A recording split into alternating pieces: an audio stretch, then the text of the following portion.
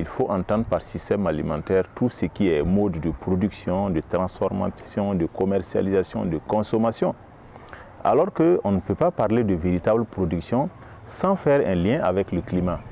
Parce que toute production est intrinsèquement liée aux questions climatiques. Donc, ce qui va sans dire que lorsque nous sommes dans des milieux où le climat est favorable, il va de soi que nous aurons de très bonnes productions. Le système alimentaire, c'est un réseau de collaboration territoriale qui intègre tout un ensemble de choses.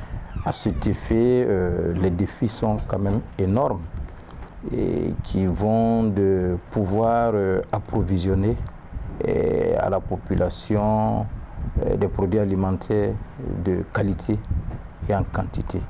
Et quand je parle de produits alimentaires, c'est surtout les produits bio. Également, en termes de défis, il y a la conservation et la transformation des produits en tenant compte des défis de l'environnement.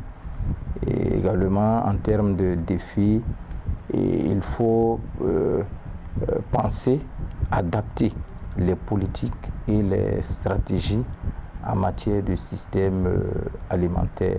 La recherche est fondamentale dans le processus de production, dans le processus de transformation. Si bien entendons par recherche, d'abord la recherche endogène, si on parle du savoir paysan, du savoir des communautés de base, du savoir des populations autochtones, ça, c'est des recherches qui sont intrinsèquement en ligne avec les valeurs des pays et ça booste la production.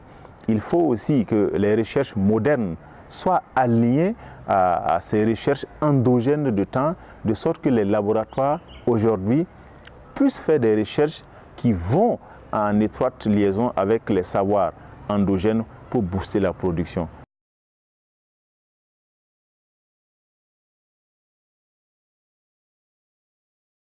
C'est un événement pour moi qui serait historique au regard même du thème qui est le système alimentaire territorialisé. Mangeons bien, mangeons local. Pour cela, nous avons mis les bouchées doubles. Dès notre retour de Volta Redonda, nous avons approché presque toutes les autorités du pays qui ont accueilli la nouvelle avec enthousiasme.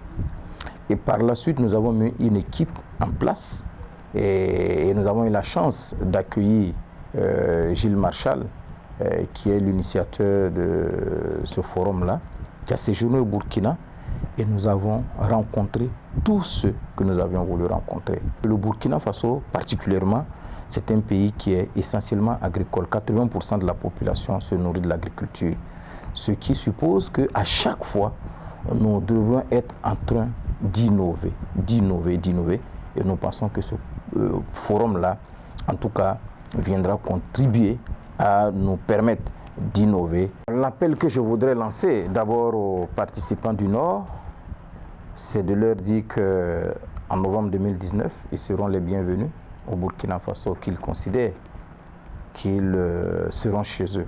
Au Burkina Faso, un pays d'accueil, un pays d'hospitalité, un pays de solidarité. Et également les rassurer qu'en termes de sécurité, nous entendons tellement de choses, mais nous voulons leur dire qu'il n'en est rien pour ce qui est de la région du centre,